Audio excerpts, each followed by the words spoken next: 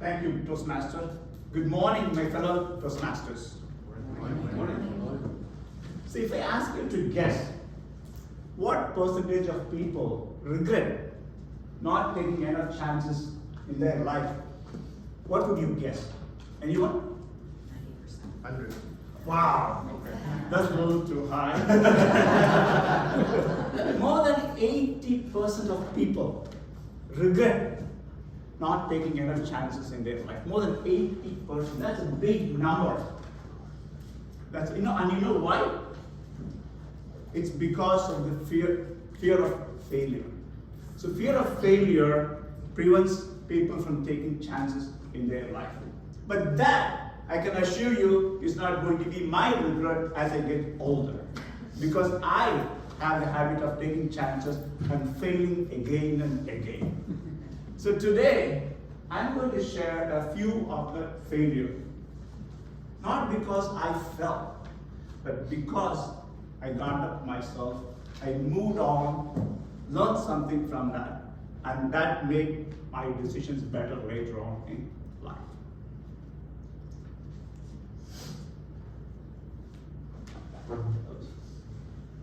This is my favorite saying on failures. Our greatest glory is not in never falling, but in rising every time we fail. Our greatest glory is not in never failing, but every time we rise. I was 23. I graduated from a very good business school in India and got absorbed on campus placement by a big conglomerate. I was in charge of hundreds and acres of aqua farm and the processing facility that came with it. I had over 50 under my organization. I was writing checks for huge amount of money. And I had my first car, my first credit card, I had a cook, and I had a driver, all at 23. I was living it. I was living it. And my parents were so proud, typical of Indian custom. They started looking for a bride for me. But all of this happiness and fun didn't last too long. As I absorbed myself in job and worked so hard to make my division one of the best profit centers for the company, I realized I wasn't allowed to take all the decisions I need to take.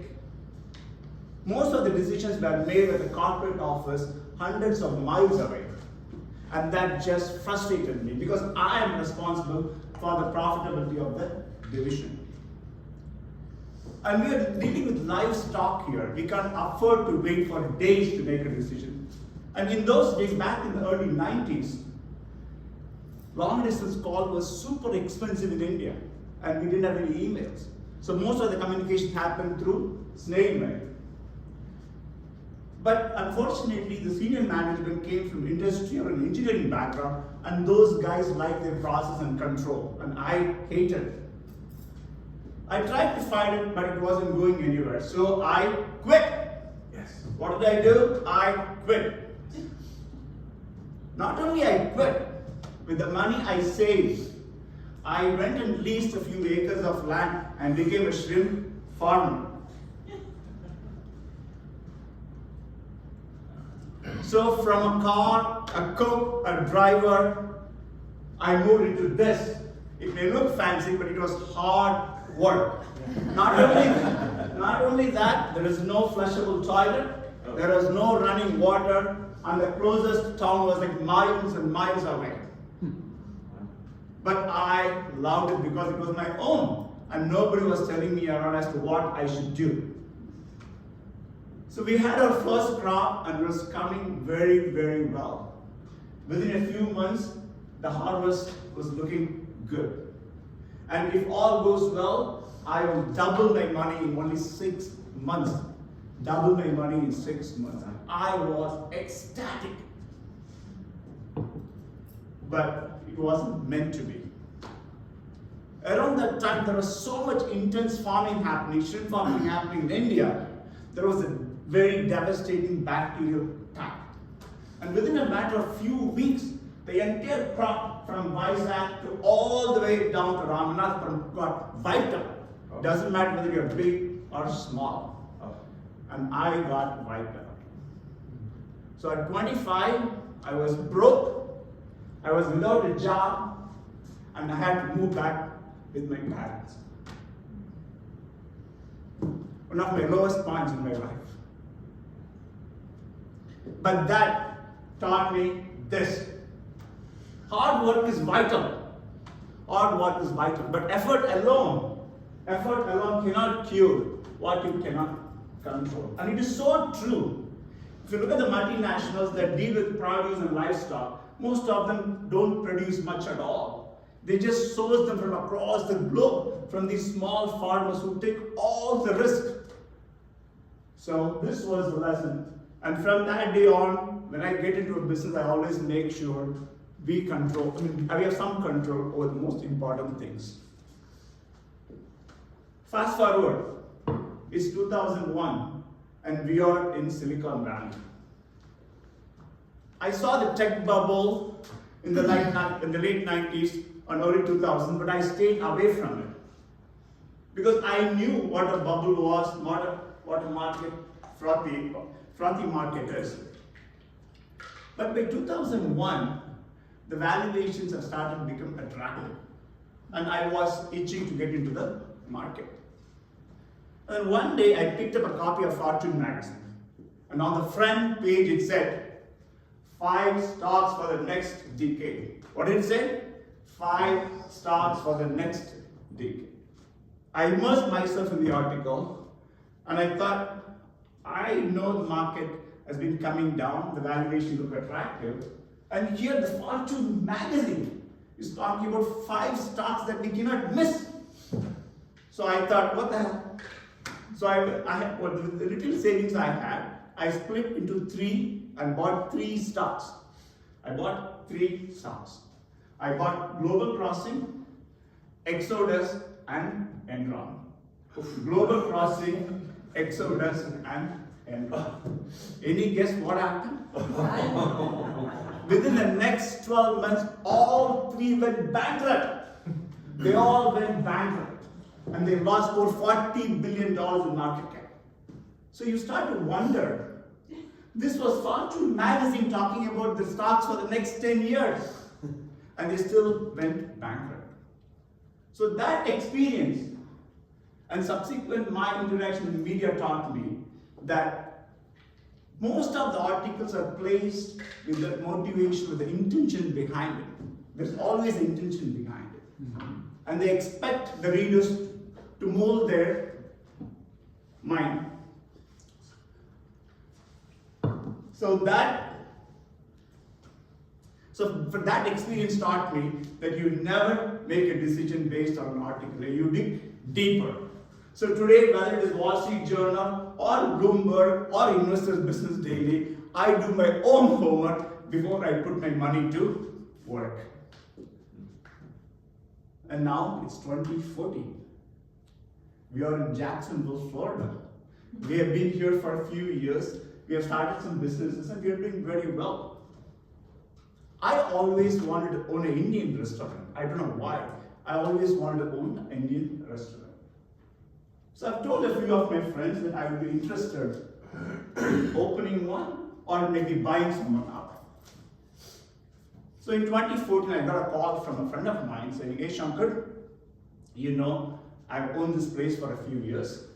It's coming along well. The sales is an upward trajectory, but I'm expecting it to be profitable by now. I haven't reached profitability and I do not have money. So I would like for you to come in as an equal partner and help me get to profitability. I was excited, but I didn't show any excitement to him and just asked him a few questions to get to know how things are. Then true to myself, I called two of my friends who own restaurants and asked them, hey, here it is, this is what he's asking for, what should I do? They were like, Shankar, this is too young, the business is only 4 months old, so the profitability could take longer. Not only that, this guy was top heavy, he had such a big overheads, so it may take a lot longer to get to profitability. I thank them for their advice, but I always make my own mind. So I decided to go forward because I had a blind spot for this guy who called me. So I called him and said, Shiv, it's not going to be equal partnership. I want a majority control because when I want to make a decision, I should be able to make a decision.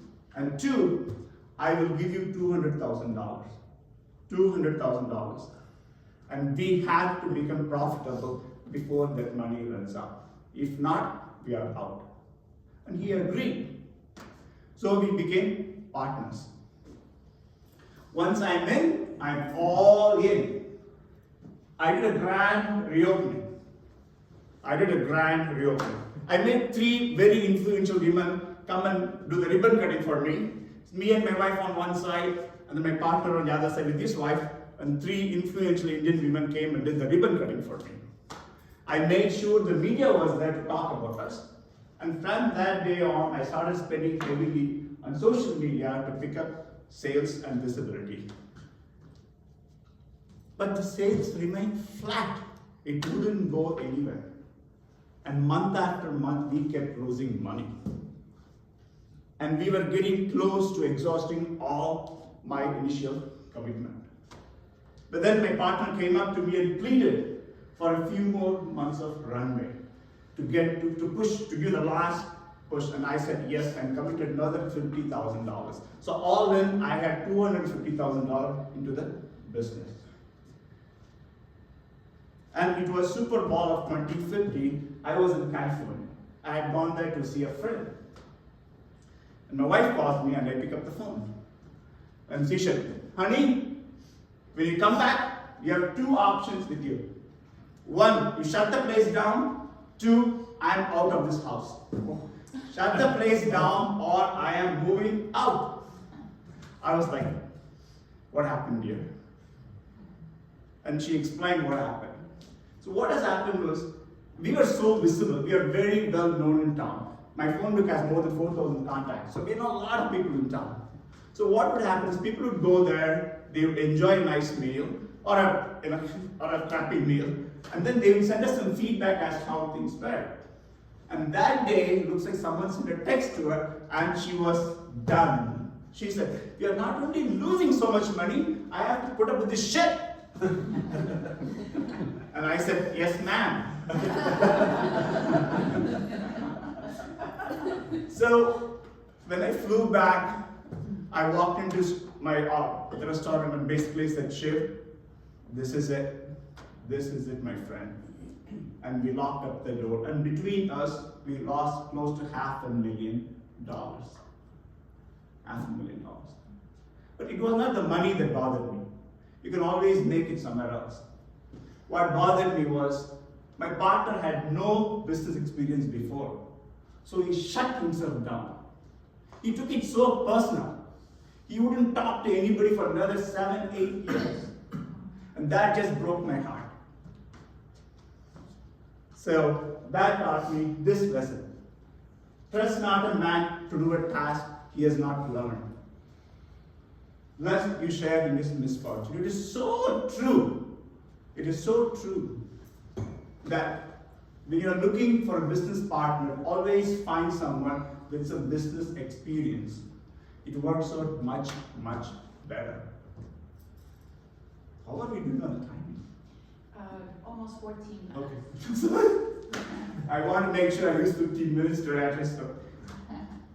So these are just a few of my mistakes. These are not even my biggest mistakes I made. But with time, my mistakes have grown in size, but they never brought me down. Because I always, in my head, I always have my worst case scenario in mind. And I never throw good money after bad money. I just cut it off at some point. It's never worth throwing good money after bad money.